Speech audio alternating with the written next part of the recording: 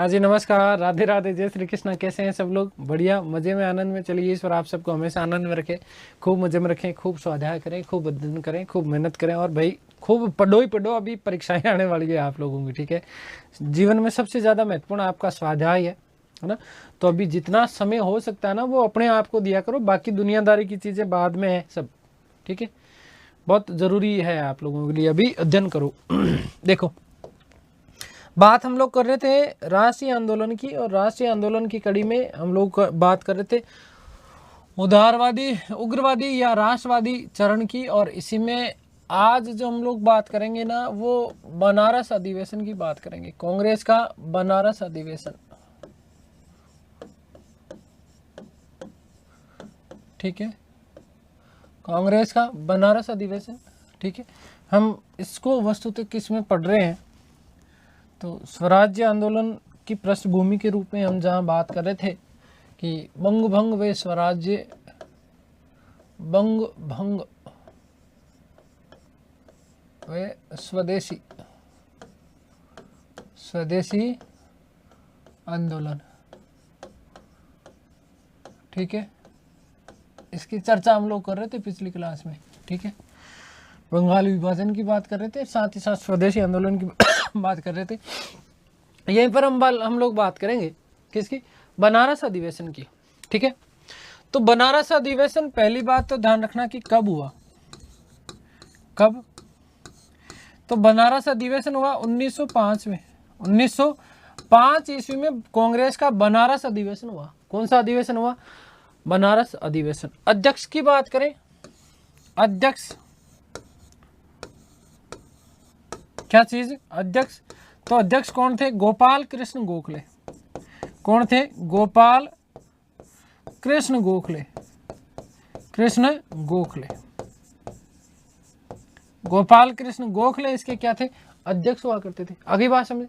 और इसी में बंगाल में स्वदेशी आंदोलन और बहिष्कार का क्या किया गया? समर्थन किया गया। कि इसमें बंगाल में स्वदेशी आंदोलन, क्या चीज? स्वदेशी आंदोलन, स्वदेशी आंदोलन व बहिष्कार का, व बहिष्कार का क्या किया गया? समर्थन किया गया।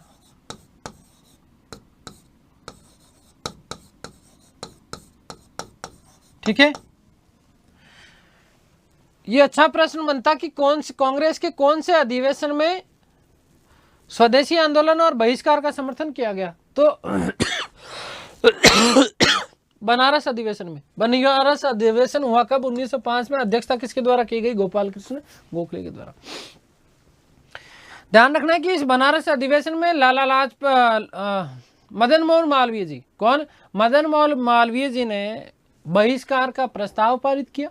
और लालाजी ने कौन? लाला लाजपत राय ने इस प्रस्ताव का क्या किया? समर्थन किया।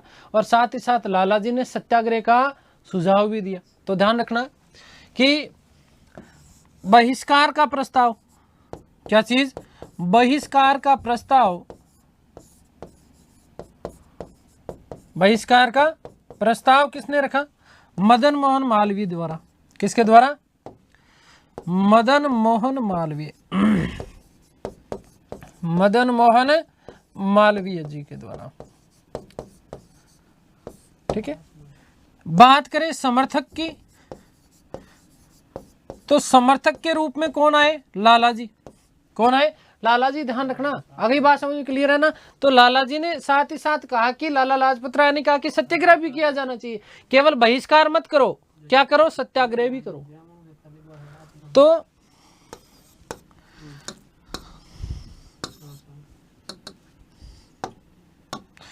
लाला लाजपत राय, लाला लाजपत राय,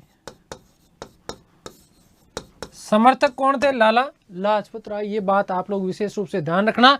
और इसी को बनारस अधिवेशन में पहली बार कांग्रेस ने सर्वप्रथम स्वदेशी के प्रस्ताव को अपनाया और साथ ही साथ स्वशासन को कांग्रेस का लक्ष्य बताया गया। वेरी मोस्ट इंपॉर्टेंट, ध्यान रखना क्या बात कि इसी अधिवेशन में कांग्रेस ने किसने? कांग्रेस ने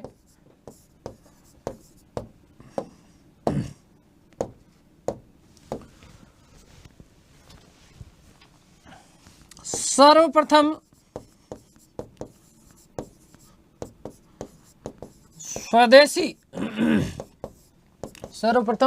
स्वदेशी के प्रस्ताव को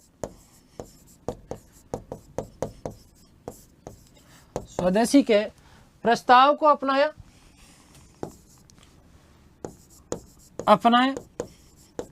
तथा स्वराज्य को या स्वशासन को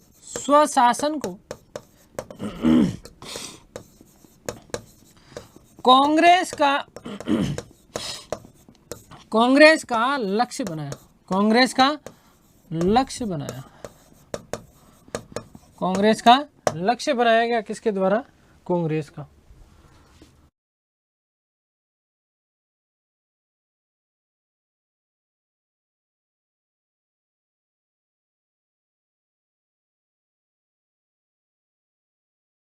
ठीक है, आगे बात समझ में क्लियर है?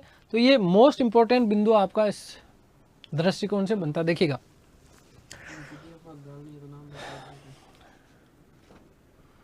और अपन बात करें तो देखो, बनारस अधिवेशन में कांग्रेस ने सबसे पहली बार स्वदेशी के प्रस्ताव को क्या करा? अपनाया, और स्वशासन को कांग्रेस का क्या बना दिया? लक्ष्य बना दिया। उग्र राष्ट्रवादी आते ही आपके दिमाग में चार नाम आने चाहिए, लालपाल, बाल और अरविंद घोष। इन चारों लोगों ने स्वदेशी और बहिष्कार को संपूर्ण भारत में फैलाना चाहते थे और इसे राजनीतिक जन आंदोलन का स्वरूप देना चाहते थे। कौन? उग्र राष्ट्रवादी। इनका जो अंतिम जो लक्ष्य था, वो अंतिम लक्ष्य था स्वराज। अंतिम लक्ष्य क्या था? स्वराज। जबकि नरमपंथी मतलब बोले तो कौन? उदारवादी जो थे, ये बंगाल से बाहर चाहते थे कि बंगाल से बाहर जो है इस आंदोलन को नहीं फैलाया जाए। ध्यान रखना कि नरमपंथी जो थे, नरमपंथी इस आंदोलन को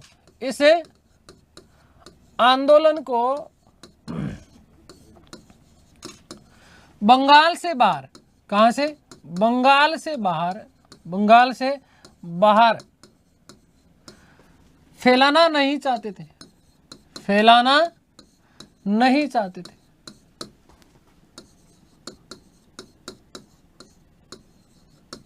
जबकि गर्मपंथी बोले या उग्रवादी बोले, उग्रवादी इसे संपूर्ण भारत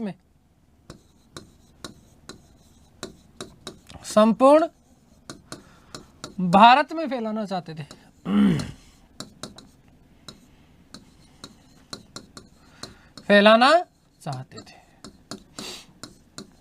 ठीक है, तो ये भी एक बड़ा मतभेद वाली बात आ गई। अप्रैल 1906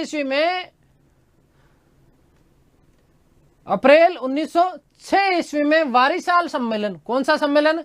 वरीसाल सम्मेलन, बंगाल प्रांतीय सम्मेलन, इसकी अध्यक्षता की गई अब्दुल रसूल के द्वारा। और इसी वारीसाल सम्मेलन के बाद में युगांतर समाचार पत्र, कौन सा? मोस्ट इंपोर्टेंट, ध्यान रखना। इस युगांतर समाचार पत्र में 22 अप्रैल 1906 के अंक में एक बात लिखी गई। क्या लिखी गई? कि समस्या का समाधान जनता के अपने हाथों में है। भारत के 30 करोड़ लोगों को अपने 60 करोड़ हाथ ऊपर उठाने पड़ेंगे और ताकत का सामना ताकत से करना पड़ेगा। आ गई बात समझ में? क्लियर है ये बात? 1906 में बंगाल के हिरेंद्र नाथ दत्त ने स्वदेशी को रोम की देवी जुनूस के क्या बताया था? समान बताया था। अब देखिएगा, इसी के साथ में एक हम बात करते हैं कलकत्ता अधिवेशन की, जो कि 1906 का। कौन सा? कलकत्ता अधिवेशन 1906। हमने पहली क्लास में बात करी थी, जब कांग्रेस की बात करी थी, मैंने कहा हम 2 अधिवेशनों की विशेष रूप से चर्चा करेंगे। बनारस वाले की बात कर चुके, एक हम लोग बात कर रहे हैं कलकत्ता अधिवेशन, और कलकत्ता अधिवेशन कब हुआ? 1906 में हुआ। कलकत्ता अधिवेशन कब? 1906। कलकत्ता अधिवेशन 1906। अब देखो इस कलकत्ता अधिवेशन में अध्यक्ष के पद को लेकर के उदारवादी और उग्रवादियों में दोनों में क्या हुआ? विवाद हुआ, और अंत में दादा भाई नौरोजी, कौन? दादा भाई नौरोजी को अध्यक्ष चुनकर के इस विवाद को क्या किया गया? समाप्त किया गया था। तो ध्यान रखना कि इसकी अध्यक्षता, ध्यान रखिएगा, अध्यक्षता किसके द्वारा की गई थी? दादा भाई नौरोजी। किसके द्वारा? दादा भाई नौरोजी। अध्यक्षता किसके द्वारा की गई? दादा भाई नौरोजी के द्वारा। कब हुआ ये कलकत्ता का अधिवेशन? 1906 में।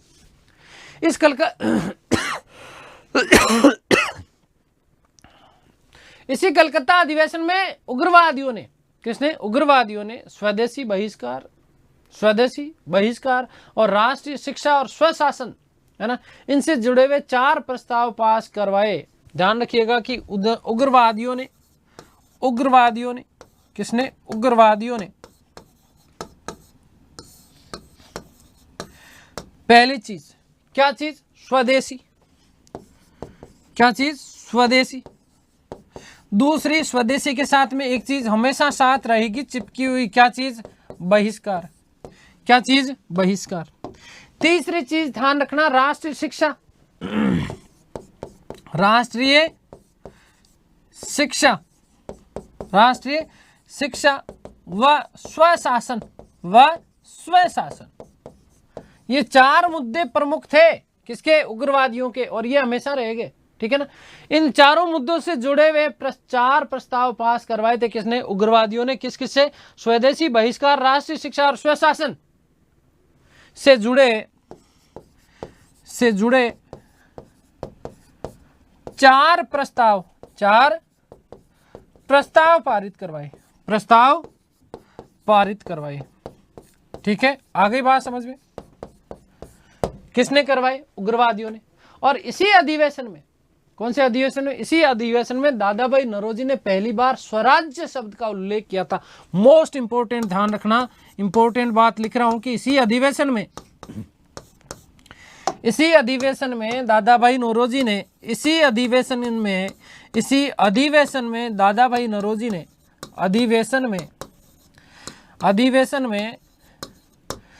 दादा भाई नौरोजी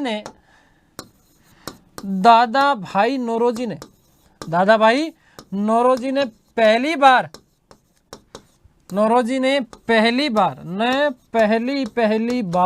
पहली बार स्वराज्य शब्द का प्रयोग किया। स्वराज्य शब्द का प्रयोग किया। स्वराज्य शब्द का प्रयोग किया।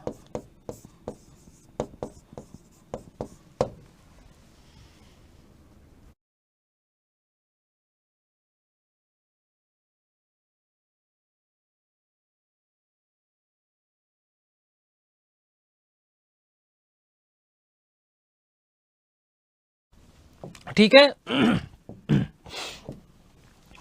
और साथ ही साथ ध्यान रखना कि स्वराज्य को कांग्रेस का लक्ष्य बताया। स्वराज्य को कांग्रेस का लक्ष्य बताया। ये वही अधिवेशन है जिसमें जिन्ना शामिल हुए। कौन शामिल हुए? जिन्ना शामिल हुए। और ऐसा कहा जाता है कि दादा भाई नौरोजी का जो अध्यक्षीय संभाषण था, इस अध्यक्षीय भाषण को मोहम्मद अली जिन्ना के द्वारा पढ़ा गया था। ठीक है, ध्यान रखना कि पहली बार यदि हम बात करें तो 1904 का जो अधिवेशन था, 1904 के अधिवेशन में पहली बार जो है जिन्ना शामिल हुए थे। ध्यान रखना कि बहिष्कार आंदोलन के अंतर्गत केवल विदेशी वस्त्रों का बहिष्कार किया गया। किसका? ध्यान रखना, न केवल विदेशी वस्त्रों का बहिष्कार किया गया, बल्कि स्कूल, अदालत, उपाधियां, सरकारी नौकरी आदि में का भी क्या हुआ था? बहिष्कार हुआ था। तो समस्त चीजों का यहां पर बहिष्कार कर दिया गया। अरविंद घोष एक बात बोलते हैं, देखो महत्वपूर्ण बातें मैं आपको लिखाऊंगा, बाकी समझ लीजिए। अरविंद घोष के अनुसार आर्थिक इतिहासकार रमेश चंद्र दत्त, है ना, ने लोगों के मन के बहिष्कार के लिए क्या किया था, जागरूक किया। मैंने आपको बताया था कि जो धोबी थे, इन धोबियों ने विदेशी वस्त्र धोने से क्या कर दिया था, मना कर दिया था। आगे बात समझ में, बात करते हैं थोड़ा सा स्वदेशी आंदोलन के प्रचार प्रसार की, कि किस तरीके से स्वदेशी आंदोलन का प्रचार प्रसार हुआ।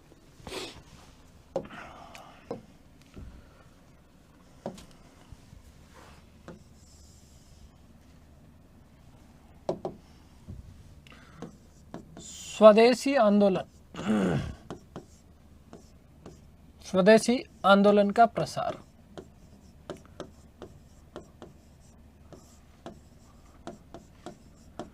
स्वदेशी आंदोलन का प्रसार।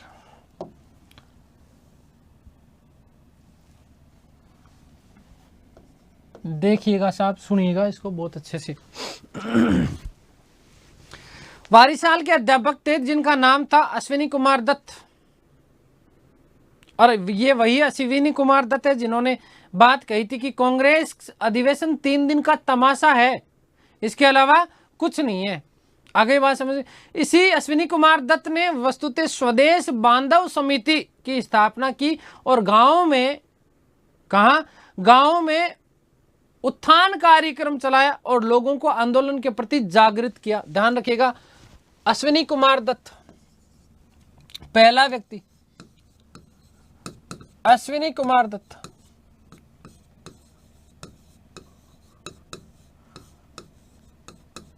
ठीक है, कहां के थे, वारिसाल के अध्यक्ष जो है अध्यापक थे।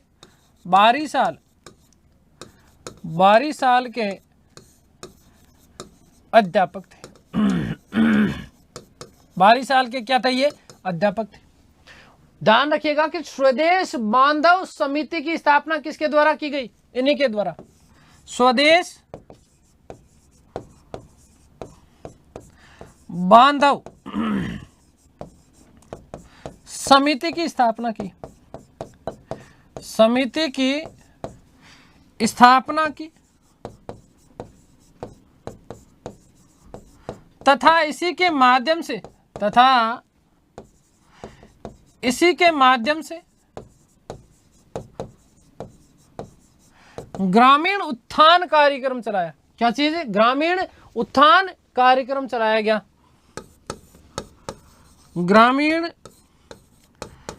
उत्थान कार्यक्रम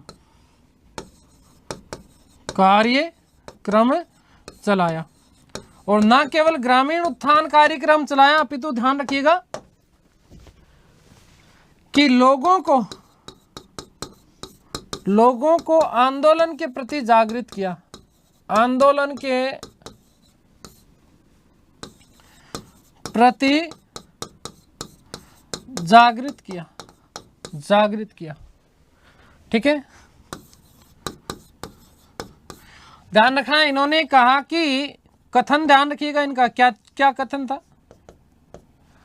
कि कांग्रेस अधिवेशन 3 दिन का तमाशा है। अधिवेशन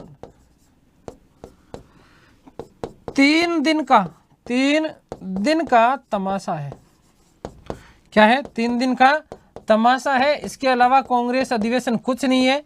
ठीक है ना, तो इससे बढ़िया तो ये है कि तुम ये 3 दिन का तमाशा करना बंद कर दो।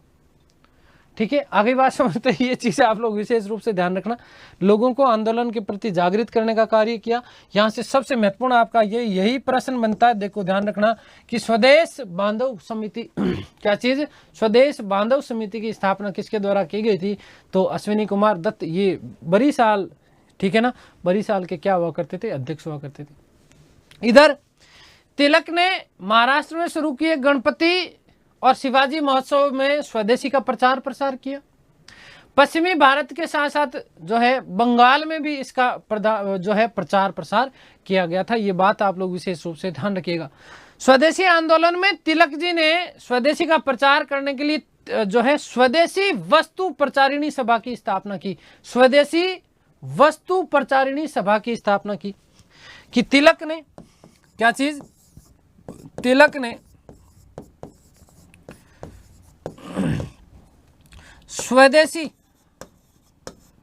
क्या चीज? स्वदेशी वस्तु प्रचारिणी, वस्तु प्रचारिणी, प्रचारिणी सभा की स्थापना की, सभा की स्थापना की तथा अपने द्वारा अपने महोत्सव में, मैं कोष्टक में लिख रहा हूं गणपति व शिवाजी, गणपति, गणपति व शिवाजी महोत्सव,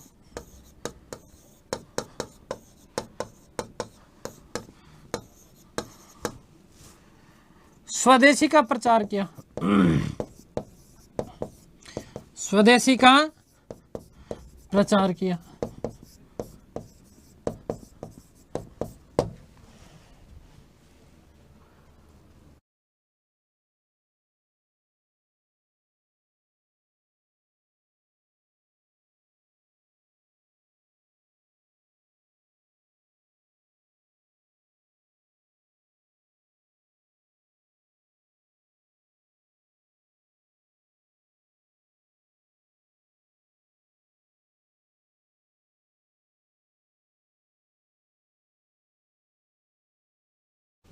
ठीक है, क्लियर। एक चीज और आप विशेष इसी में ध्यान रखना कि बंबई और पुणे में आपसे पूछ लिया जाए सीधा सा, देखो मुझे नहीं लगता ये आप लोगों को बताने की जरूरत है, लेकिन फिर भी इस चीज को दिमाग में याद रखना है कि बंबई क्या चीज, बंबई और पुणे में स्वदेशी आंदोलन का नेतृत्व किसके द्वारा किया गया? तो तिलक जी के द्वारा। और एक उनकी पत्नी, ध्यान रखना, श्रीमती केतकर, ठीक है ना, उसकी पुत्री थी, माफ करना, ठीक है ना, उनकी पुत्री थी जिनका नाम था श्रीमती केतकर।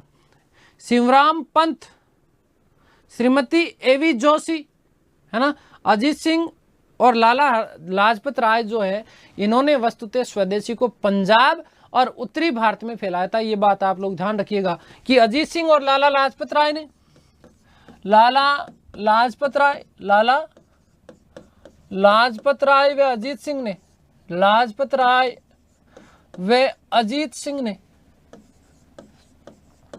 अजीत सिंह ने स्वदेशी का प्रचार प्रसार, स्वदेशी का प्रचार प्रसार, स्वदेशी का प्रचार प्रसार, प्रचार प्रसार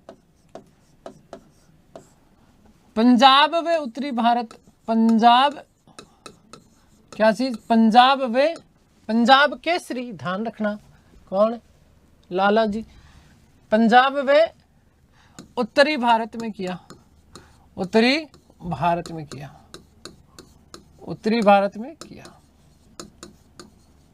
ठीक है, आगे बात समझे, क्लियर है, ये चीज आप लोग विशेष रूप से ध्यान रखिएगा। उधर हम बात करें पंजाब में, और तो मुंशीराम, मुंशीराम की बजाय क्या जगह आपको नाम मिलता श्रद्धानंद, और आर्य समाजी थी चंद्रिका दल। इस चंद्रिका दल ने भी स्वदेशी आंदोलन का पंजाब में क्या किया था, नेतृत्व किया। सहयोगी की बात करें, सहयोगी, ठीक है, तो ध्यान रखिएगा, एक तो मुंशीराम, कौन थे, मुंशीराम। सहयोगी याद रखना मुंशीराम, या फिर आपको कई जगह नाम मिलता है श्रद्धानंद, क्या चीज, श्रद्धानंद, ठीक है। और एक आर्य समाजी है ना, चंद्रिका दल, आर्य समाजी, आर्य समाजी चंद्रिका दल, चंद्रिका दल, चंद्रिका दल।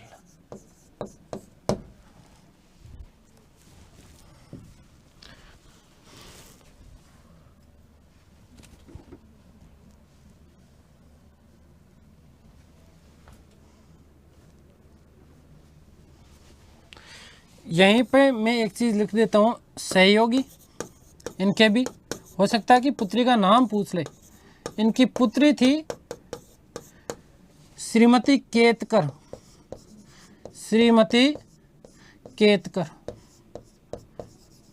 श्रीमती केतकर।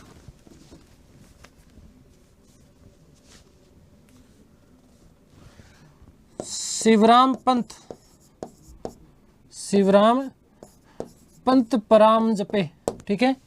और इधर इनके सहयोगी के रूप में ध्यान रखना, एक तो मुंशीराम या श्रद्धानंद, दूसरा आप ध्यान रखोगे आर्य समाजी चंद्रिका दल। कौन सा दल था? चंद्रिका दल। इधर दिल्ली की बात करें तो दिल्ली में थे सैयद हैदर रजा। दिल्ली में, कहां पर? दिल्ली में वस्तुतः सैयद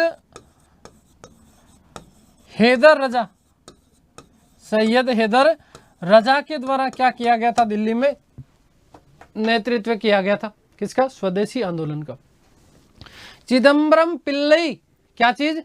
चिदम्बरम पिल्लई और सुब्रमण्यम शिवा, चिदम्बरम पिल्लई और सुब्रमण्यम शिवा, इन्होंने दक्षिण भारत मद्रास में जो है इसको लेकर के गए थे। उधर यदि हम बात करें विपिन चंद्र पाल, इन विपिन चंद्र के पाल के भाषणों से भी स्वदेशी जो है मद्रास रेजिमेंट में फैला था। ठीक है, तो मद्रास की हम बात करें तो चिदम्बरम पिल्लई, चिदम्बरम पिल्लई, ठीक है। और इसके साथ में ध्यान रखना सुब्रमण्यम शिवा, सुब्रमण्यम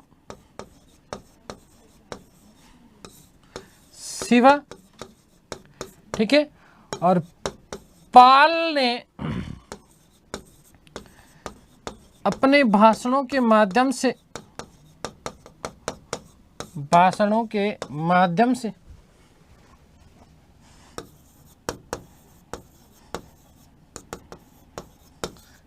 मद्रास में प्रसार किया, मद्रास में जो है प्रसार किया।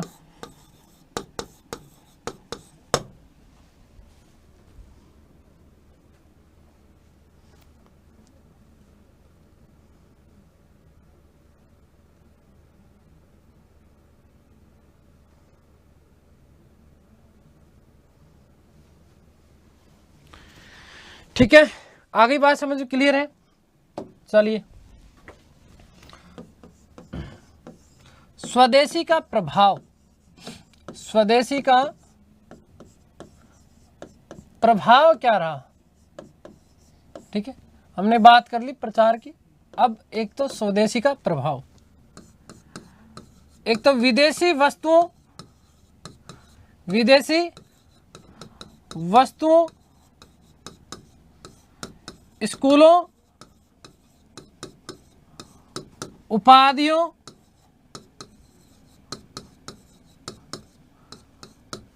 वस्त्रों इत्यादि का बहिष्कार किया गया, इत्यादि का बहिष्कार। ठीक है, भारतीय धोबी,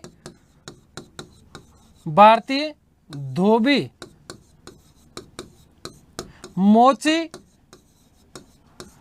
वे रसोइयों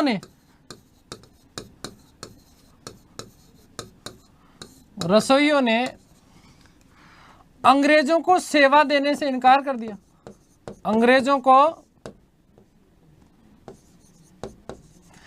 सेवा देने से इनकार कर दिया। सेवा देने से क्या कर दिया? इनकार कर दिया। इसका मतलब एक तरीके से राष्ट्रीय चेतना की जागृति हुई, चाहे छोटे से छोटा वर्ग हो, चाहे छोटा से छोटा वर्ग हो, इसमें राष्ट्रीय चेतना की जागृति आई है। इस स्वदेशी आंदोलन ने भारत में आत्मशक्ति और आत्मनिर्भरता को बढ़ाया। इस आंदोलन ने भारत में, ध्यान रखिएगा, इंपॉर्टेंट तथ्य है ये कि इस आंदोलन ने भारत में, इस आंदोलन ने भारत में, कहां? भारत में हो रहा था। भारत की बात करेंगे, दूसरे की हम कहां की बात करें। आत्मशक्ति और आत्मनिर्भरता को बढ़ाया। आत्मशक्ति व आत्मनिर्भरता को बढ़ाया, निर्भरता को बढ़ावा, क्या हो? बढ़ाया। ये सबसे बड़ा उपलब्धि हुई किसकी? स्वराज्य आंदोलन की। किसकी? स्वराज्य आंदोलन की। इसी स्वदेशी आंदोलन ने राष्ट्रीय शिक्षा को बढ़ावा दिया। शांति निकेतन की तर्ज पर, किसकी? शांति निकेतन की तर्ज पर बंगाल में नेशनल कॉलेज की स्थापना की गई। ठीक है, ध्यान रखिएगा कि राष्ट्रीय शिक्षा को बढ़ावा मिला, राष्ट्रीय शिक्षा को बढ़ावा मिला, बढ़ावा मिला। ठीक है, और ध्यान रखना कि बंगाल में नेशनल कॉलेज की क्या की गई थी? स्थापना। एक बात और बात ध्यान रखना बेटा, क्या? रंगपुर में पहली बार राष्ट्रीय स्कूल की स्थापना की गई थी। ठीक है, जबकि बंगाल में पहली बार नेशनल कॉलेज की क्या की गई? स्थापना। और इसके जो प्रिंसिपल बने वो थे अरविंद घोष। कौन थे? अरविंद घोष। 15 अगस्त 1906 को राष्ट्रीय शिक्षा परिषद, इसकी स्थापना की गई थी और अरविंद घोष भी इससे जुड़ गए थे। ठीक है ना, तो बंगाल में शांति निकेतन की तर्ज पर, शांति निकेतन की तर्ज पर, शांति निकेतन की तर्ज पर, निकेतन की तर्ज पर नेशनल कॉलेज की स्थापना की गई। नेशनल कॉलेज की स्थापना की गई, कॉलेज की स्थापना। और इस नेशनल कॉलेज के प्रथम जो प्रिंसिपल बने थे वो कौन थे? अरविंद घोष, है ना। ध्यान रखिएगा कि अरविंद घोष इसके प्रिंसिपल बने। अरविंद घोष, अरविंद घोष इसके प्रथम प्रिंसिपल बने, इसके प्रथम प्रिंसिपल बने। क्या बने? प्रिंसिपल बने। आ गई। तो राष्ट्रीय शिक्षा की चेतना हुई, राष्ट्रीय शिक्षा को बढ़ावा मिला।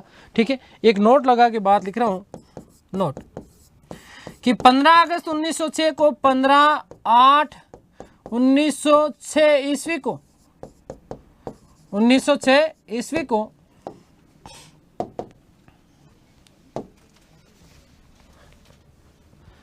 राष्ट्रीय शिक्षा परिषद की स्थापना की गई।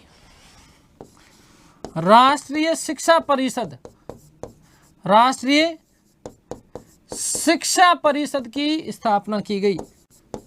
शिक्षा परिषद की स्थापना की गई, परिषद की स्थापना की गई और इसमें अरविंद कुमार घोष भी शामिल थे। वस्तुतः इसकी जो है स्थापना की गई थी राष्ट्रवादियों के द्वारा। किसके द्वारा की गई थी? राष्ट्रवादियों के द्वारा इसकी स्थापना की गई और इसमें अरविंद घोष भी इसमें क्या हुए थे? शामिल हुए थे। तकनीकी शिक्षा के लिए 25 जुलाई 1906 को बंगाल टेक्निकल इंस्टीट्यूट की स्थापना की गई। ध्यान रखिएगा कि तकनीकी शिक्षा हेतु, तकनीकी शिक्षा हेतु, शिक्षा हेतु कब? 25 जुलाई, 25/7/1906 को। कब? 25/7/1906, 25 जुलाई को। ठीक है ना, बंगाल टेक्निकल इंस्टीट्यूट की स्थापना की गई। बंगाल टेक्निकल इंस्टीट्यूट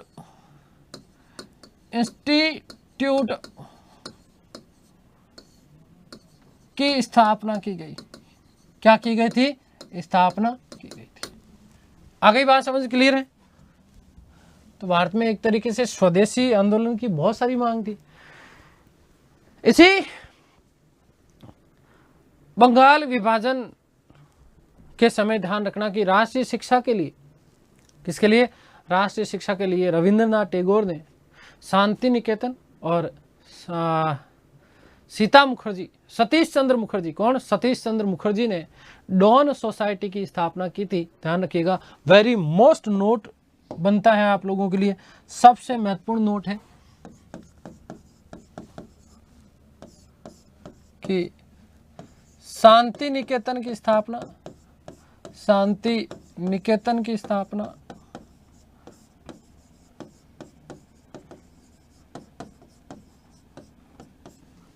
रविंद्रनाथ टैगोर गुरुदेव रविंद्रनाथ टैगोर के द्वारा एक तो, ठीक है। उद्देश्य क्या है? राष्ट्रीय शिक्षा को बढ़ावा देना। उद्देश्य क्या है? राष्ट्रीय शिक्षा को बढ़ावा देना। बंग भंग आंदोलन के समय ये किया गया था, ठीक है। आगे बात समझिए। वहीं सतीश चंद्र मुखर्जी, कौन? सतीश चंद्र मुखर्जी ने, ध्यान रखिएगा, क्या? डॉन सोसाइटी की स्थापना की। डॉन सोसाइटी, डॉन सोसाइटी की स्थापना सतीश चंद्र मुखर्जी द्वारा, कौन? सतीश चंद्र मुखर्जी के द्वारा की गई। सतीश चंद्र मुखर्जी,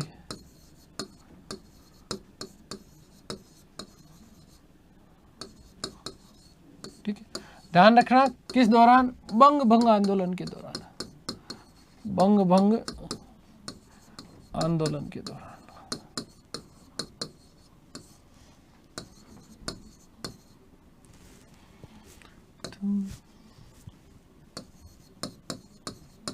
ठीक है, ये बात आप लोग विशेष रूप से ध्यान रखिएगा। और इसी शांति निकेतन के तर्ज पर बंगाल में नेशनल कॉलेज की क्या की गई थी? स्थापना। इसके अलावा देखो, ध्यान रखना कि स्वदेशी उद्योगों की भी स्थापना की गई। एक व्यक्ति पीसी रॉय, इसने बंगाल केमिकल फैक्ट्री की स्थापना की, ठीक है।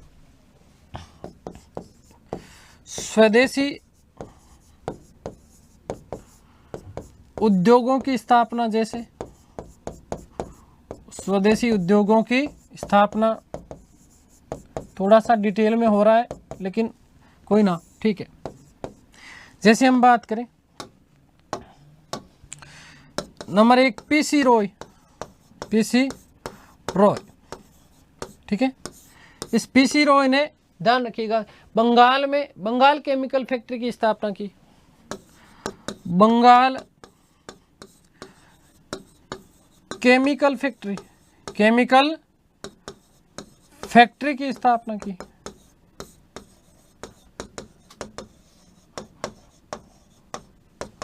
ठीक है, आगे बात समझ क्लियर है। तो स्वदेशी आंदोलन का एक तरीके से हम बात करें तो ज्यादा जो प्रभाव रहा वो बंगाल के सांस्कृतिक क्षेत्र में भी हम लोगों को बहुत सारा देखने को मिला।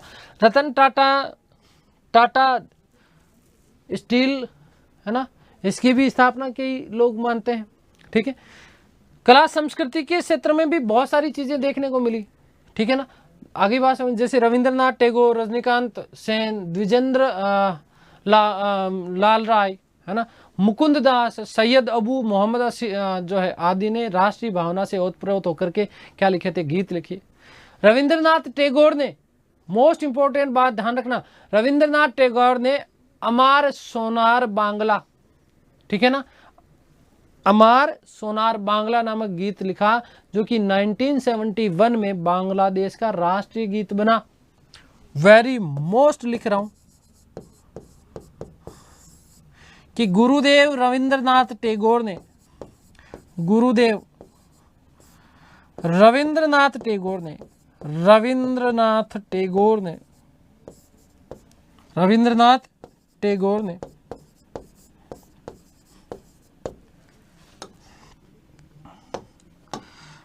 अमार सोनार बांग्ला, अमार सोनार बांग्ला, ये सबसे ज्यादा महत्वपूर्ण पूछा जाने वाला प्रश्न है। फिर ध्यान देना, आपसे पूछा जाता है कि बांग्लादेश के राष्ट्रीय गीत, बांग्लादेश का राष्ट्रीय गीत लिखने का श्रेय किसको जाता है? तो गुरुदेव रविंद्रनाथ टैगोर। क्या लिखा? अमार सोनार बांग्ला, ठीक है ना, नामक गीत लिखा, नामक गीत लिखा, गीत की रचना की, जिसे 1971 में 1971 ईस्वी में बांग्लादेश का राष्ट्रीय गीत, बांग्लादेश आई मीन टू से पूर्वी बंगाल, ठीक है, बांग्लादेश का राष्ट्रीय गीत,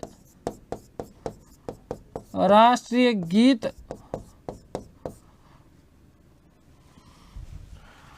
घोषित कर दिया गया, घोषित कर दिया गया।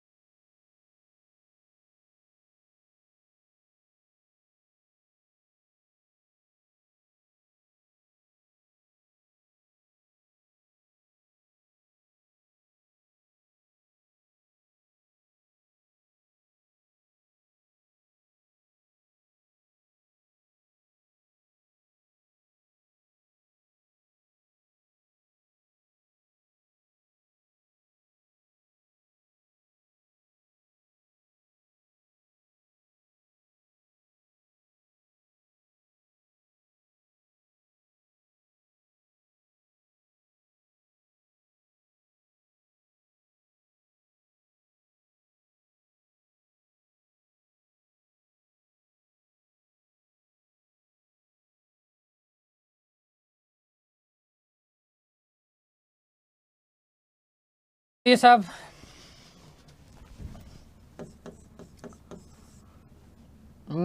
कला संस्कृति, कला संस्कृति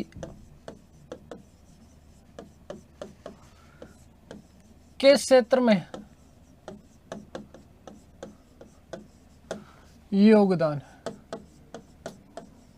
ठीक है।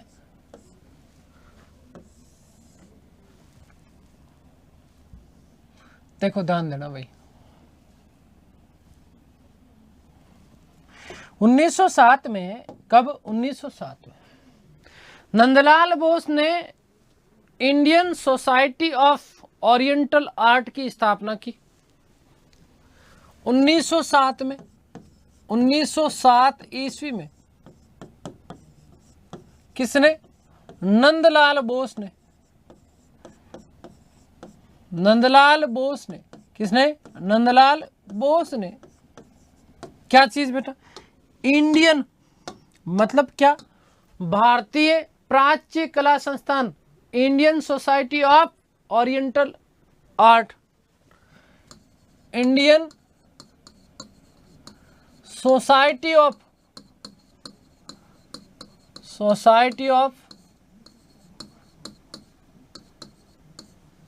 ओरिएंटल आर्ट, ओरिएंटल आर्ट की स्थापना की। इसी को हम लोग हिंदी में क्या बोलेंगे? भारतीय प्राच्य कला संस्थान, भारतीय प्राच्य कला संस्थान, कला संस्थान की स्थापना की।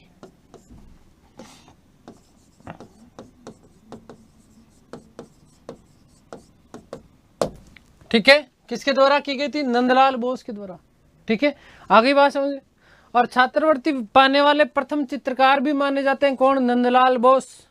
ठीक है ना, कौन थे? नंदलाल बोस। इस सोसाइटी की स्थापना वस्तुतः ऐसा कहा जाता है, माफ करना, माफी चाहता हूं भाई, इसकी वस्तुतः स्थापना की गई थी किसके द्वारा? अविंद्रनाथ टैगोर के द्वारा। किसके द्वारा? अविंद्रनाथ टैगोर। माफी चाहता हूं, अविंद्रनाथ टैगोर, अविंद्रनाथ टैगोर, अविंद्रनाथ टैगोर। ठीक है, माफी चाहता हूं भाई। ठीक है, इस सोसाइटी से नंदलाल बोस ने, किसने? नंदलाल बोस ने, ध्यान रखिएगा कि नंदलाल बोस ने सबसे पहले इससे छात्रवृत्ति प्राप्त की थी। पहला ऐसा चित्रकार था नंदलाल बोस जिसने इस भारतीय प्राच्य कला संस्थान से क्या करी थी? उसने छात्रवृत्ति प्राप्त की थी। पहला चित्रकार था। ध्यान रखिएगा कि नंदलाल बोस, कौन? नंदलाल बोस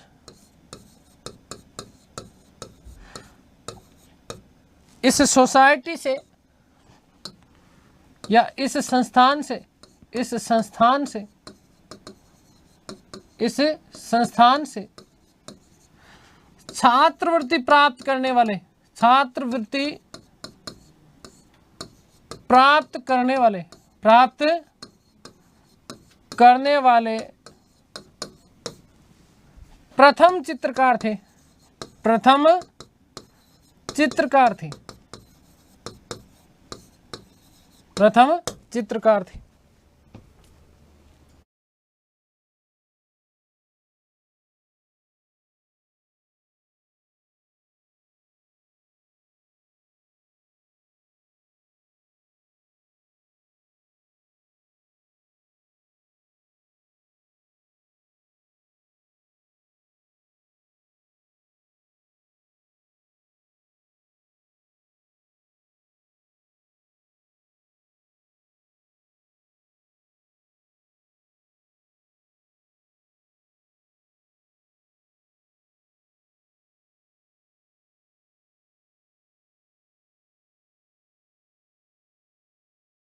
ठीक है, तो स्वदेशी चित्र बनाए गए पहली बार, और स्वदेशी चित्र बनाने का श्रेय भी एक तरीके से किसको? नंदलाल बोस को जाता है। अविंद्रनाथ टैगोर जो थे, इन्होंने Indian society of oriental art मतलब भारतीय प्राच्य कला संस्थान, इसकी स्थापना की।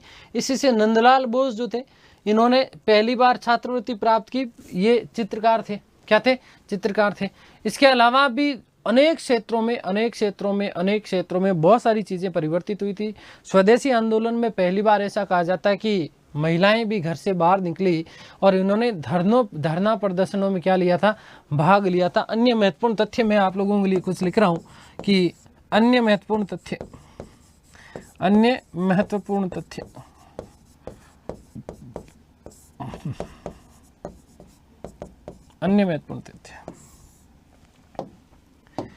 कि इस आंदोलन में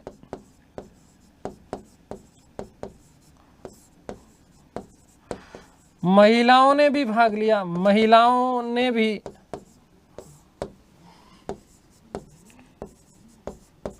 भाग लिया। ठीक है, धरना प्रदर्शन जो किए गए उन धरना प्रदर्शनों में शामिल हुई। इवन ऐसा कहा जाता है कि विदेशी चूड़ियों का इन्होंने क्या किया था? बहिष्कार किया। विदेशी चूड़ियों का बहिष्कार किया, विदेशी चूड़ियों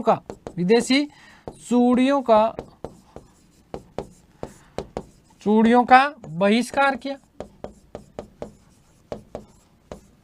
साथ ही साथ ध्यान रखना, धरना प्रदर्शन में शामिल हुई। किसमें शामिल हुई? धरना प्रदर्शनों में क्या हुई थी? शामिल हुई। आगे बात समझ। इसके अलावा ध्यान रखना, किसान स्वदेशी आंदोलन से जो है अलग रहे। किसान जो है स्वदेशी आंदोलन में भाग नहीं ले पाए थे, ध्यान रखना। इसके अलावा आंदोलन का सामाजिक आधार भी पड़ा। कुछ जमींदार, शहरों के निम्न मध्यम वर्ग और छोटे कस्बे के छात्रों ने व्यापक स्तर पर इसमें क्या लिया था? भाग लिया था। जबकि किसान जो है स्वदेशी आंदोलन से अलग रहे। किसान इस आंदोलन से अलग रहे। किसान इस आंदोलन से अलग रहे। इस आंदोलन से अलग रहे। ठीक है, किसान इस आंदोलन से क्या रहे? अलग रहे। बाकी ज़्यादातर जो भाग थे वो उन जो समाज के जो लोग थे उन्होंने इसमें क्या लिया था? भाग लिया। ठीक है, ध्यान रखना कि मुस्लिम समुदाय जो था ये विशेष रूप से मुस्लिम किसान इसमें शामिल नहीं हुए थे। ठीक है ना, विशेष रूप से याद रखिएगा। विशेष क्या? विशेष रूप से मुस्लिम किसान। क्या चीज़? विशेष रूप से मुस्लिम किसान जो है इसमें शामिल नहीं हुए। ठीक है, मुस्लिम किसान जो थे वो विशेष रूप से इसमें शामिल नहीं हुए। ध्यान रखना कि जैसे स्वदेशी आंदोलन फैला और वैसे वैसे बंगाल में इधर सांप्रदायिक दंगे फैल गए। मुस्लिम किसानों ने ढाका के नवाब सलीमुल्लाह के नेतृत्व में हिंदू जमींदारों के विरुद्ध क्या किए थे? दंगे किए थे। ध्यान रखना, ये वही ढाका का नवाब है सलीमुल्लाह जो चाहता था कि ये काम बहुत अच्छा हुआ, जिसने समर्थन किया बंगाल विभाजन का। ठीक है, ध्यान रखिएगा कि सांप्रदायिक दंगे फैले और इसमें मुस्लिम किसानों ने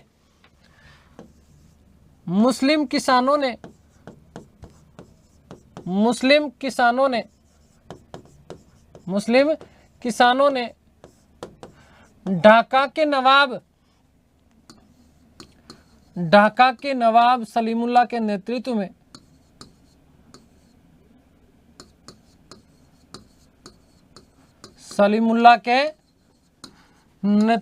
एक नंबर का निकम्मा आदमी था। देखो, खुद की राजनीति के लिए लोगों को मरवा रहा था ये। आगे बात समझ में क्लियर है ना? तो नेतृत्व में हिंदू जमींदारों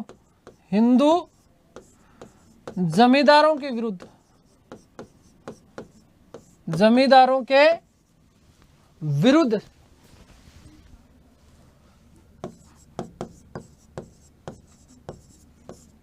हिंसात्मक दंगे प्रारंभ किए। ठीक है, देखो कोई ना कोई तो ऐसा मिल ही जाता है। ठीक है, जो इन भोले भाले किसानों को क्या करता है? जो है दबाने का और फालतू अलग तरीके में ले जाने का प्रयास करता है। 1908 ईस्वी तक 1908 ईस्वी तक जो है ये स्वदेशी आंदोलन क्या है, धीमा पड़ गया था, क्योंकि एक कारण हो गया इसके पीछे कि 1907 का जो सूरत अधिवेशन था, इस सूरत अधिवेशन में कांग्रेस का क्या हो गया था, विभाजन हो गया।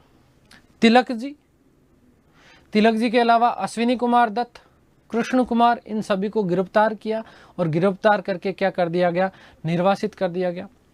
सरकारी जो मशीनरी थी, इस सरकारी मशीनरी ने भी इस स्वदेशी आंदोलन का क्या कर दिया था, दमन कर दिया था, है ना।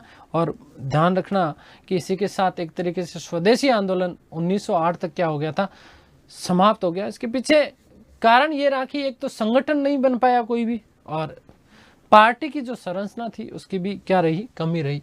तो 1908 ईस्वी तक 1908 ईस्वी तक स्वदेशी आंदोलन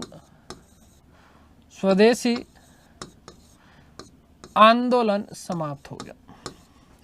स्वदेशी आंदोलन समाप्त हो गया।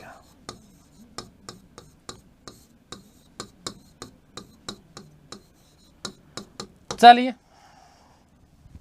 तो ये बात हो गई। अब बात कर लेते हैं कांग्रेस के विभाजन की। कांग्रेस का विभाजन,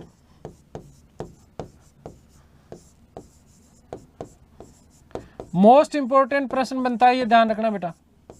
कांग्रेस का विभाजन,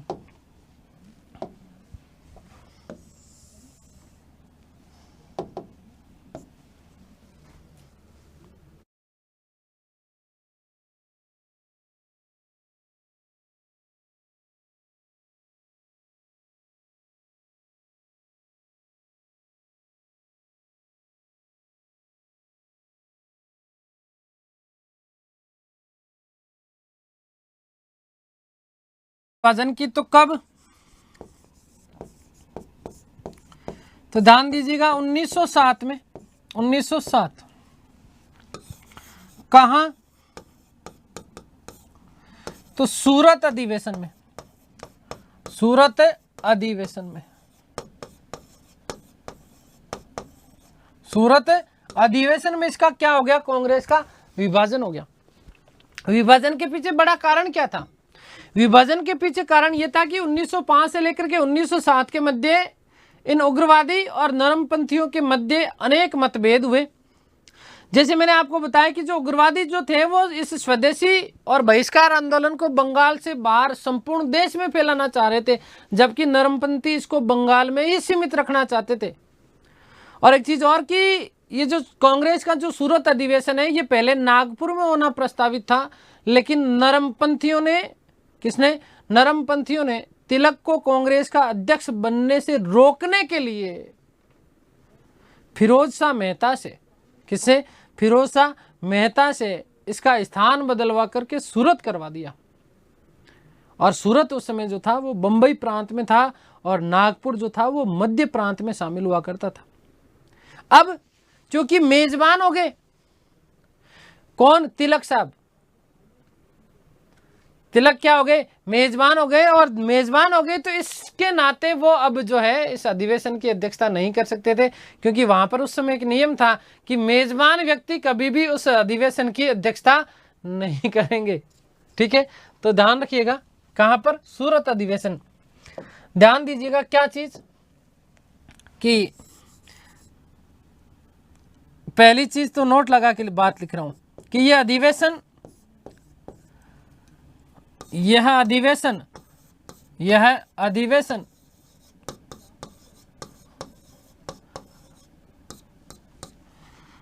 नागपुर में होना प्रस्तावित था, नागपुर में होना प्रस्तावित था।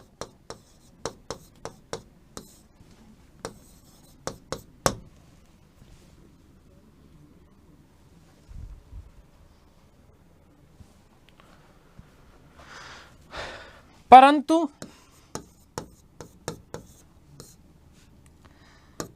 नरमपंथियों ने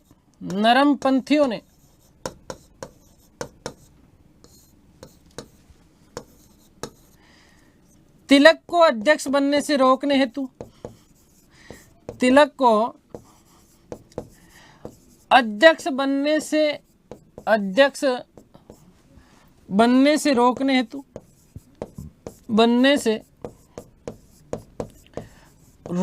हेतु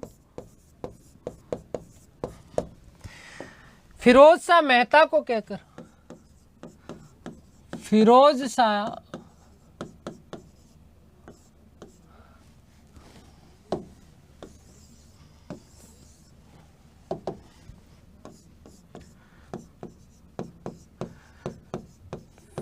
शाह मेहता को कहकर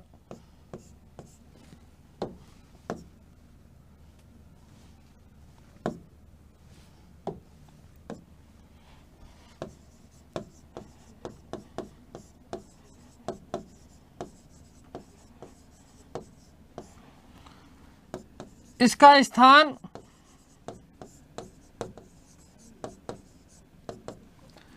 सूरत रखवा दिया। ठीक है, अब सूरत क्योंकि पूना महाराष्ट्र का हिस्सा था, इसलिए अतः मेजबान होने के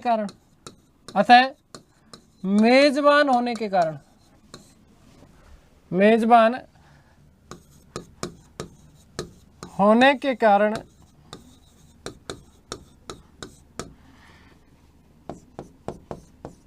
तिलक इस अधिवेशन की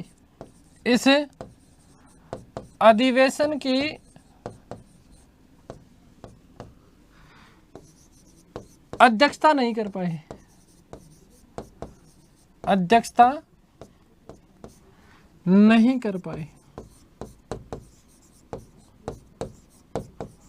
ठीक है, अब देखो कितनी साजिशें हुआ करती थी राजनीति में, है ना, कि केवल तिलक को मेजबानी से रोकने के लिए, मतलब तिलक को अध्यक्षता से रोकने के लिए इन्होंने इतना बड़ा जो है षड्यंत्र रच डाला। गरम दल में तिलक तो लाला लाजपत राय को विपिन चंद्र पाल, है ना, क्या चीज, लाला लाजपत राय और विपिन चंद्र पाल को तिलक क्या चाहते थे कि ये अध्यक्ष बने। ध्यान रखना कि ये सूरत का जो अधिवेशन है ये वस्तुतः 23वां अधिवेशन माना जाता है।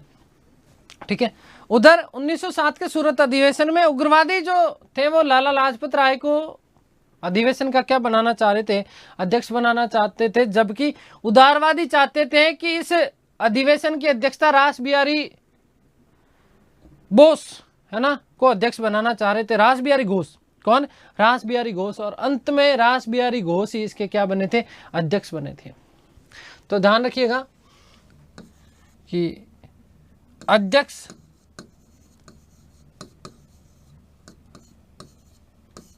रास बिहारी घोष।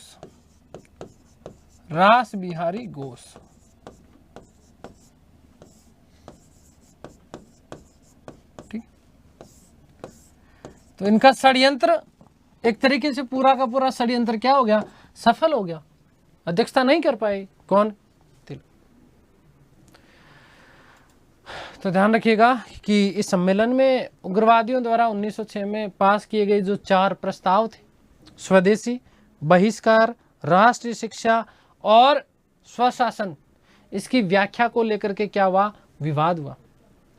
अरविंद घोष के नेतृत्व में, किसके नेतृत्व में, अरविंद घोष के नेतृत्व में अधिकतर उग्रपंथी जो लोग थे वो यही मानते थे कि स्वतंत्रता की लड़ाई शुरू हो चुकी है और नरमपंथी इससे पीछा छुड़ाना चाहते थे। इसलिए नरमपंथी जो सरकार से सीधा झगड़ा मोल नहीं लेना चाहते, क्योंकि ये तो केवल और केवल अंग्रेजों की चटुकारिता करने का कार्य ही करते हैं। ध्यान रखना कि सूरत अधिवेशन में स्वागत समिति के जो अध्यक्ष थे वो थे मदन मोहन मालवीय। कौन, मदन मोहन मालवीय। ये बात भी आप लोग विशेष रूप से ध्यान रखिएगा कि कांग्रेस का अध्यक्ष का चुनाव स्थानीय स्वागत समिति के द्वारा ही किया गया था। तो यहीं से इस 26 दिसंबर 1907 को ये जो कांग्रेस ये सूरत अधिवेशन हुआ, ठीक है ना, 26 दिसंबर, कब, 26/12 को, ठीक है ना, 26/12/1907 को ये जो कांग्रेस का सूरत अधिवेशन हुआ, कौन सी नदी के किनारे? तो ताप्ती नदी के किनारे। कौन सी नदी के किनारे? ताप्ती नदी के किनारे। कौन सी नदी के किनारे? ताप्ती नदी के किनारे। ठीक है। इस अधिवेशन में उग्रवादी और उदारवादी दोनों में जो है जम करके खुला क्या हुआ? संघर्ष हुआ। और इसी संघर्ष के साथ ही साथ इस जो है कांग्रेस का क्या हो गया? विभाजन हो गया। इन कांग्रेसियों ने एक दूसरे के ऊपर खूब जूते फेंके, उतार उतार के दे धमाधम, और तो कुछ था नहीं, अंदर कुछ लेके जा नहीं सकते थे, है ना। तो इन कांग्रेसियों ने एक दूसरे के ऊपर, उग्रवादी और उदारवादियों ने एक दूसरे के ऊपर क्या फेंके? जूता फेंके। और ये जूते जाकर के लगे बेचारे किसको? सुरेंद्रनाथ बनर्जी और फिरोज शाह मेहता को ये जूते लगे खूब। ठीक है ना। एक दूसरे के ऊपर क्या करा? फेंकम फांक करी किसकी? जूते की। ठीक है, आगे बात समझ। और सूरत विभाजन का जो नेतृत्व किया गया फिर किसके द्वारा किया गया था? तिलक के द्वारा। किसके द्वारा? तिलक के द्वारा। लॉर्ड मिंटो ने जो है उस समय भारत के सचिव हुआ करते थे, मार्ले, है ना। इन्होंने लिखा कि सूरत में कांग्रेस का पतन हमारी जीत है।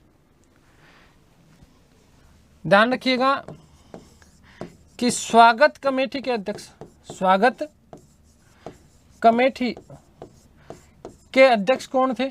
मदन मोहन मालवीय। मदन मोहन मालवीय।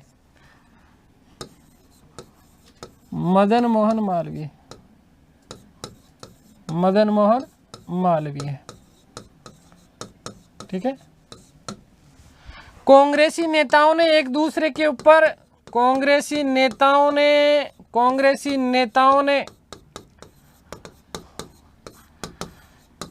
एक दूसरे पर जूते फेंके। लगे किसको? फिरोज शाह मेहता और सुरेंद्रनाथ बनर्जी को, है ना। और तिलक के नेतृत्व में किसके नेतृत्व में? तिलक के नेतृत्व में सूरत विभाजन हुआ। सूरत क्या हुआ? विभाजन हुआ। आगे बात समझ में क्लियर है? तो लॉर्ड मिंटो ने एक बात कही। क्या बात कही? मार्ले को पत्र लिखा। मार्ले जो भारत सचिव थे, बैठे हुए थे लंदन में, कहा कि सूरत में कांग्रेस का पतन हमारी जीत है। एनी बिसेंट ने इसे कांग्रेस इतिहास की सबसे दुखद घटना बताया। ध्यान रखिएगा, एनी बिसेंट ने इसे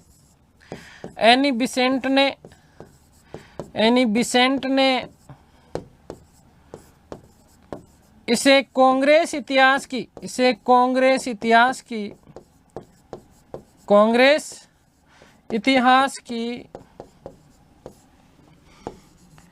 सबसे दुखद घटना बताया। सबसे दुखद घटना बताया। कहा कि इससे बुरा और कुछ नहीं हो सकता था, बस यही दिन हमें देखना था और ये हमने देख लिया। 1908 में, कब? 1908 में तिलक को केसरी में छपे लेख के आधार पर गिरफ्तार कर लिया गया और 6 वर्ष के लिए तिलक को बर्मा की मांडले जेल भेज दिया गया। लिखते हैं, देखो, तिलक की गिरफ्तारी।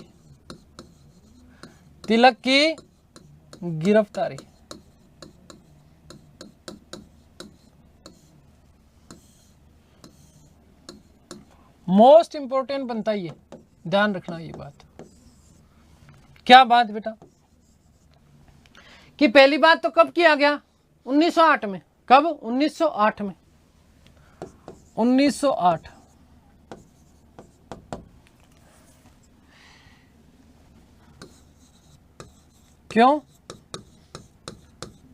क्यों किया गया? तो केसरी में छापे गए,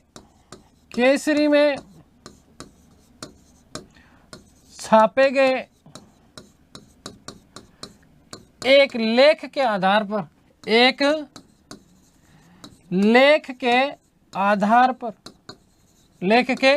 आधार पर इन्हें, तिलक साहब को क्या कर लिया? गिरफ्तार कर लिया। कहाँ भेजा, कहाँ भेजा? तो ध्यान रखिएगा, यहां से जो प्रश्न बनता है उसके बारे में भी मैं बात करूंगा, ठीक है ना।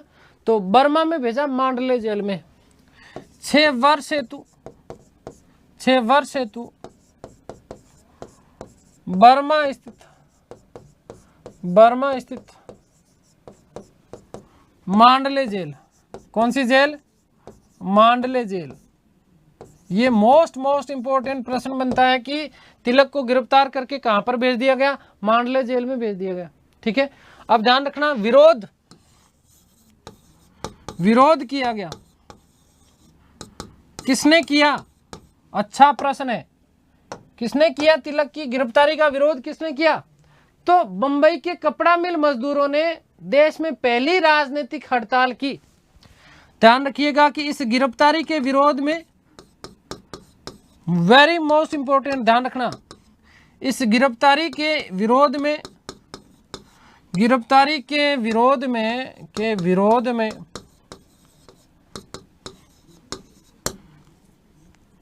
बंबई के कपड़ा मिल मजदूरों ने, बंबई के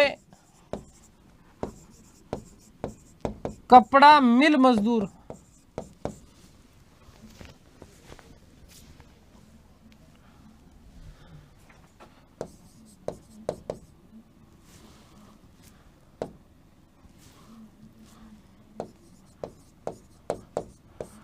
मजदूरों ने देश की प्रथम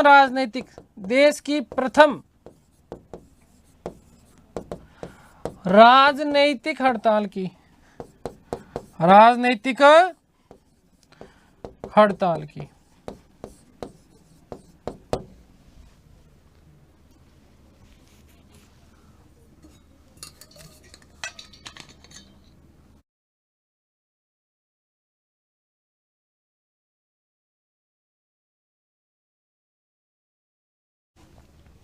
और फिर से वेरी मोस्ट इंपॉर्टेंट कि तिलक ने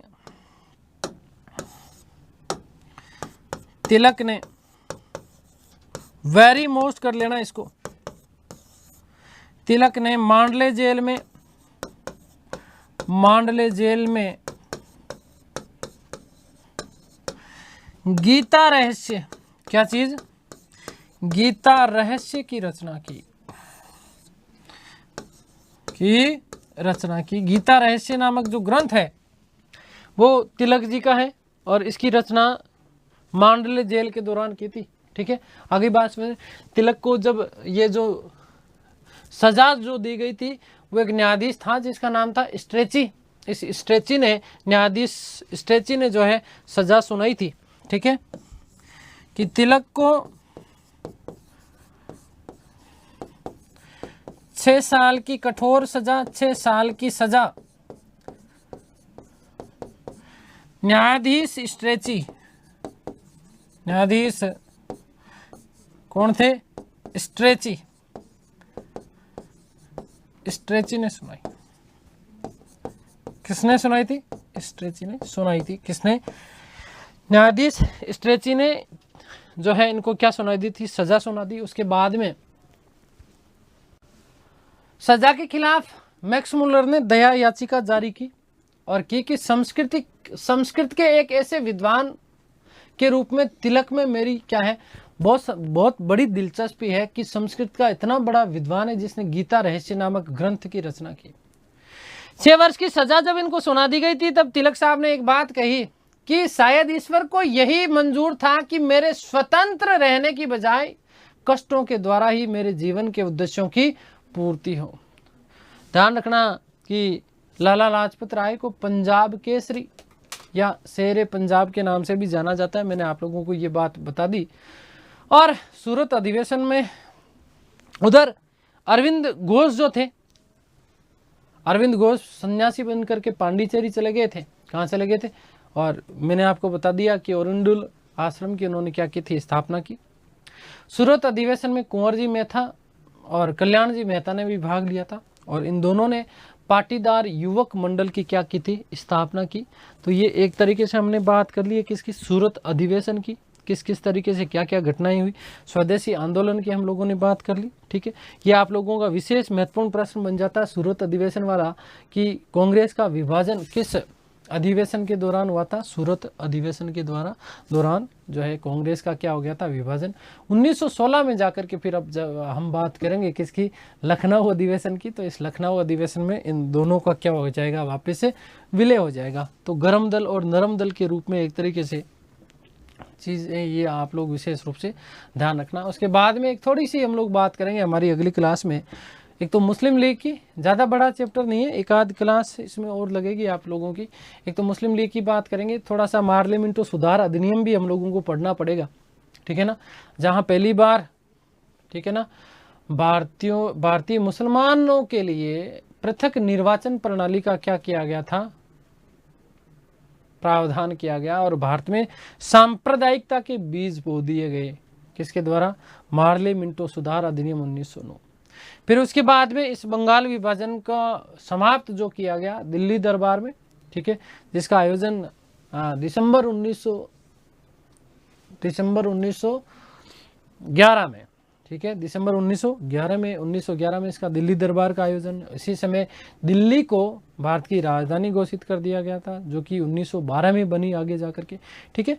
ये सारी की सारी चीज़ें, एक कामाटा गामारू जो है जो मुद्दा हुआ उसके बारे में भी हम लोग चर्चा करेंगे, और साथ ही साथ हम लोग बात करेंगे होम रूल लीग आंदोलन की। किसकी बात करेंगे, होम रूल लीग आंदोलन की।